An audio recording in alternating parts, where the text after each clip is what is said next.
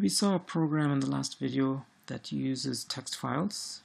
We read from a file, wrote to another file, and we saw that we start at the beginning of the file to the end. There's tons of other methods in ifstream and ofstream. Those are the two classes that we'll use. And so we will look at some of those other functions, other methods. Oops. Oh, I'm sorry.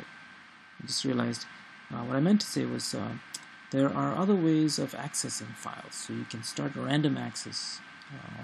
That's not just start at the beginning to the end. You can start at different points in a file. That's what I meant to say with other methods available. There's also actually a whole bunch of other functions that we will look at. Okay, so I mentioned this very briefly at the very beginning. When we read from a file, we don't say name of the file, read something from this name, from this file name.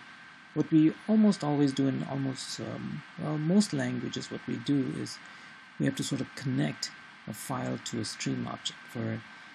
For input, we say we have to use this ifstream, or we don't have to, but that's the most straightforward thing to do in C++. So we have to create an ifstream object that sort of controls our access to a file, an actual file in the file system. And later on, once we get really comfortable with using files, we can move on to other things, like for example network connections. For example, there are also strings. So when you send out a string to a network connection, it will show up at some other computer. A program running on a different computer can get that string that you send from your program. You may not get to do this in this course, but that's the kind of thing that you can do. It's not that hard to do. For output, we use the same kind of thing. We have an ofstream object. So once again, to refresh your memory, here is the system we set up, program we set up. We have an ifstream to read from this particular file. So this file is somewhere in our file system, and all we need is a string that says where the file is, name of the file, and maybe a path. And with that information, we create this ifstream object. And then after that, we never have to use the file name again. We just use the ifstream object. In this case, we just happen to call it fn, like cin. And that's all we need in the end. And once we're done reading, we just close it. Same thing with output. You need to say where you want this file to go. You can specify a path and a file name. And then once you've created this ofstream object, you can put as many things as you want into it. So, assuming that you have enough disk space, of course.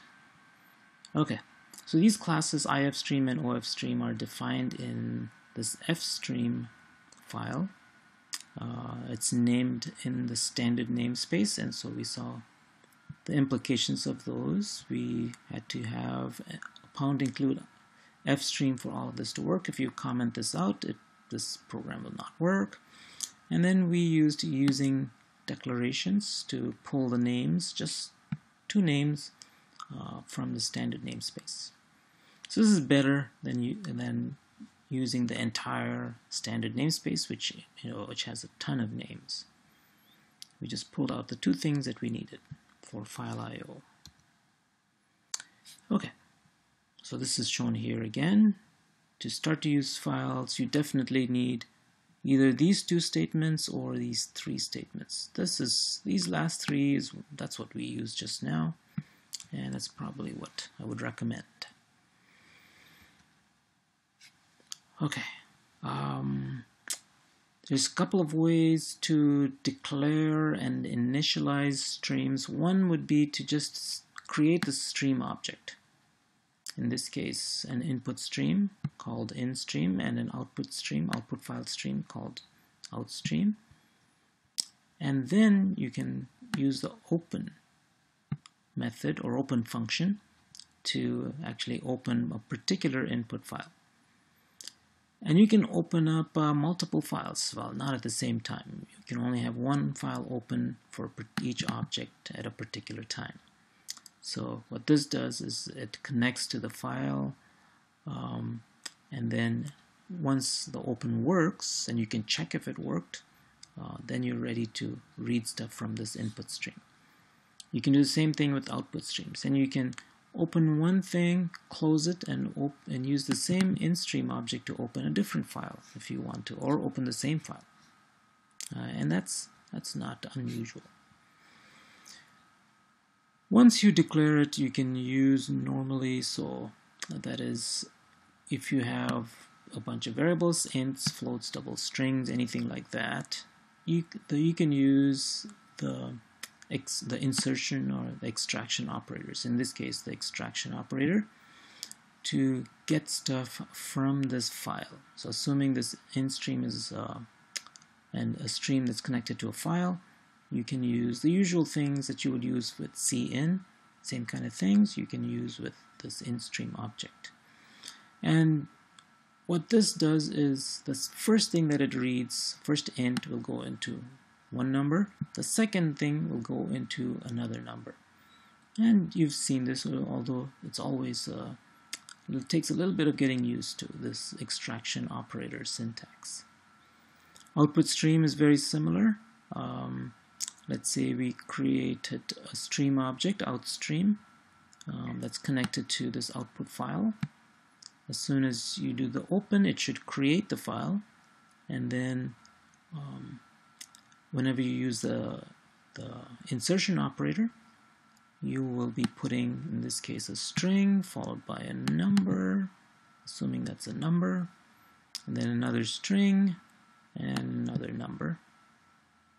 And then you have to close it, and well, you might be able to get away without closing it, but it's always a good idea. Always a good idea to open, and then once you're done putting stuff to the output file, close it.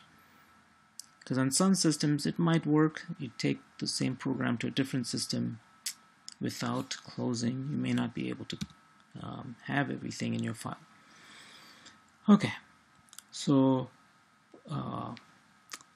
you can have things like input.txt, which is what we used. So this file name, you can use something like this and make sure that you create the file. You can put it in a different folder.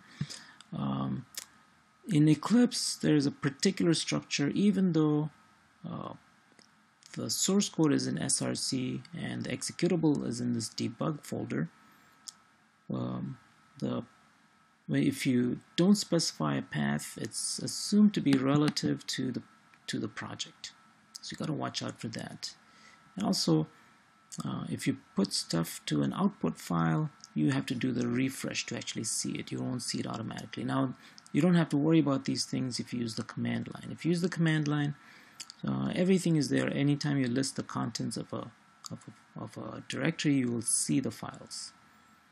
So in Eclipse, it's just a tiny bit different. Okay, so you'll have program files, and then text files for reading and writing to. So there's an external file name that is, for example, input.txt or infile.txt. This is what you would see in the operating system. But then internally to the program, we will treat it as a stream.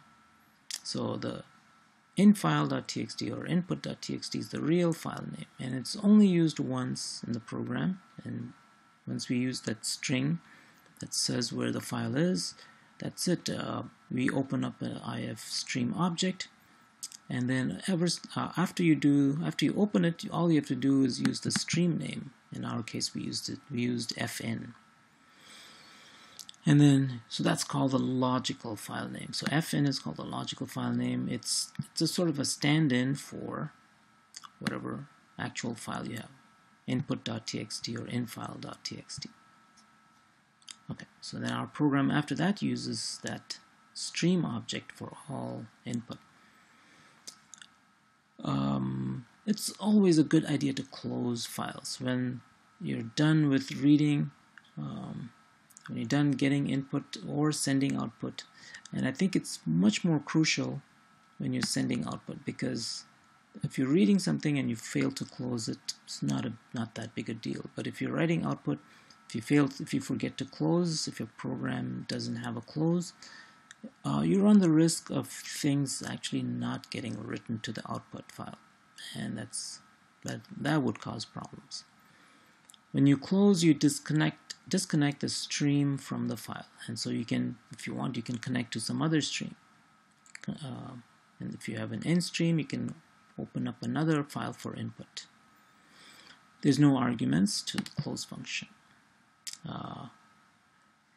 It says here files automatically close when the program ends, but you don't want to run the risk of not saving things to an output file. So I would highly recommend that you actually put in, especially for outstreams, that's output files, to definitely put in the close. Another thing you want to keep in mind is that when you write to a file, typically what you actually do is you write to a buffer. That's a chunk of memory, and it's not disk memory, it's actually RAM, random access memory, and that's really used for temporary storage. That is, you don't want to write every single byte out from your program memory into disk space, because that will be very slow. To speed things up, what's often done is when you write something out to a file, it actually stores it in memory, and then when there's enough there in the buffer to be written to disk space, it's written as a big chunk rather than a single byte at a time. And every once in a while we might have to call this flush. So flushing is flushing the buffer. So your output is written to a buffer. When you call the flush, that buffer, whatever is stored in there, the contents of that memory location is written out to the file. And every once in a while it's a good idea to call this flush to make sure that you actually do get things written from this buffer area right into the hard drive. Closing a file automatically calls flush at the very end. So the first thing you do when you close is flush the buffers. And this is a very nice example, very similar to the one that we set up. I'm not going to go over it. I'm hoping you get a chance to look at it. If you want to open a file for append, you have to, after you specify the name of the file that you're going to open, you want to use this flag. That's what they're called. iOS : app. App stands for append. If you didn't have this file, important.txt in this case, then this file is created, like we saw when we didn't use the iOS.append. If the file does exist, then what this open does is it goes to the very end of the file, and so then everything that you do after the open goes to the end of the file, that is after the current contents. And there's a whole bunch of these iOS defined constants, and it comes from the IOStream library, and it's in all the names are in the standard namespace. So another way to open files is the one that actually we use instead of having two statements, one that declares the stream object and then one that does the actual open. What we did was we simplified this, we joined this together, and we said we're going to set up a stream object and specify what it's going to be connected to, the file that it's going to be connected to. We say that right away. It's always a good thing to do. And we also said that let's say you gave the wrong name, you tried to open an input file and you spelled it wrong, that file open could fail.